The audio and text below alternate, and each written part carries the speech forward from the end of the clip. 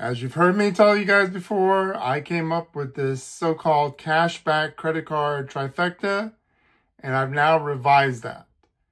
Now, the reason I revised it, though, is because I realized, using credit cards like Capital One, you really can't get the cash out from those cards unless they mail you a check. It's kind of a silly thing to do.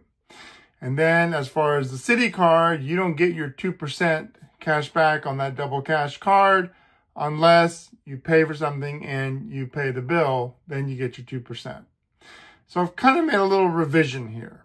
Now, one of the cards that I use, which is the H-E-B signature card, they finally got Apple Pay, which is fantastic. This one gives you 5% on all the H-E-B products as well as 1.5% on all the other products. So basically, using the H-E-B card, you get 6.5% at the H-E-B stores. Now, this might not apply to everyone out there unless you live in Texas and you have an H-E-B store. That is by far the only other card that I have that gives that much, which is 6.5%. Now, I could use the card anywhere else and get 1.5% on all my other purchases, but I don't do it. I leave that card strictly for H-E-B. So then, instead of using Capital One or using Citi, like I was using for those cashbacks, what I'm doing now is I'm sticking with just the Apple Card. Because the Apple Card, they're giving you a couple of new perks. At the timing of this video, we're currently getting 6% cashback at Walgreens stores. And that's only a limited time, but that's still 6%. Now, you're not going to spend a whole bunch at a Walgreens anyways, but it's still 6%. But what the thing is I've noticed is that Apple Pay is becoming more common. So what I'm going to do and what I've been doing is putting the majority of all my expenses on the Apple Card because I keep increasing the credit limit. And so the Apple Card becomes my primary card to use. And I like the fact that once I do a charge, I get a notification immediately on my Apple Watch and my phone. And it's easy to keep track, and it's also easy to pay it off with no problem. Now, I understand, yes, Apple will be changing their bank. Goldman Sachs will go bye-bye, and we'll find out what the new bank is. Probably going to be Chase Bank, but we'll have to wait and see. Still a couple of months down the road. So basically, my trifecta became a dual credit card system. So Apple Card for everything else, repeat payments and regular payments, and H-E-B signature card for only H-E-B purchases. This way, I can continue to do my expenses, still get my cash back, which is basically what I want to do, and I'm not having to deal with a lot of other cards. Now, I will still keep the other cards open, but they'll only have maybe one expense per month, and they'll be on auto pay anyways.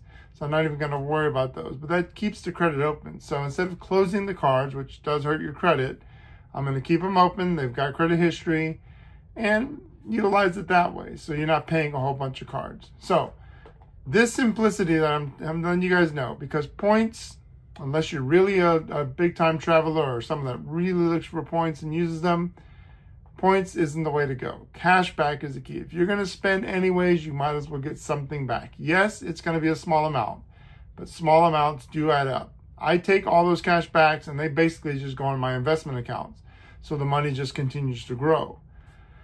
That is what I recommend. If you know how to use credit cards responsibly, you have the cash to back it up, to pay the cards completely, then do what is simple. If you have another type of grocery card that you can use that gets you at least the 6% back, use it. Otherwise, use the Apple Card as your primary. Now that H-E-B stores have Apple Pay, I'm almost sure a lot of other grocery stores around the U.S. will start getting Apple Pay. And you'll get more perks with Apple Pay. And when Apple does change their bank, you might get even more additional perks at that point. So that is my revised video for you guys in case you watched my trifecta one before. And now that is basically what I'm doing. So I'm sticking with just 2 credit cards. The other cards, minor payments, auto pay for those.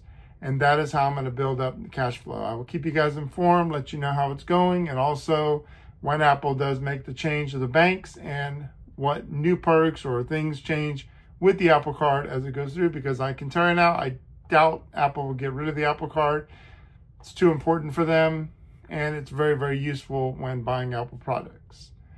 All right, got questions on that? Let me know in the comments below. If you liked the video, give it a thumbs up. And don't forget, if you're not following me here, go ahead and subscribe, follow, and I will come back and give you more information as it comes out.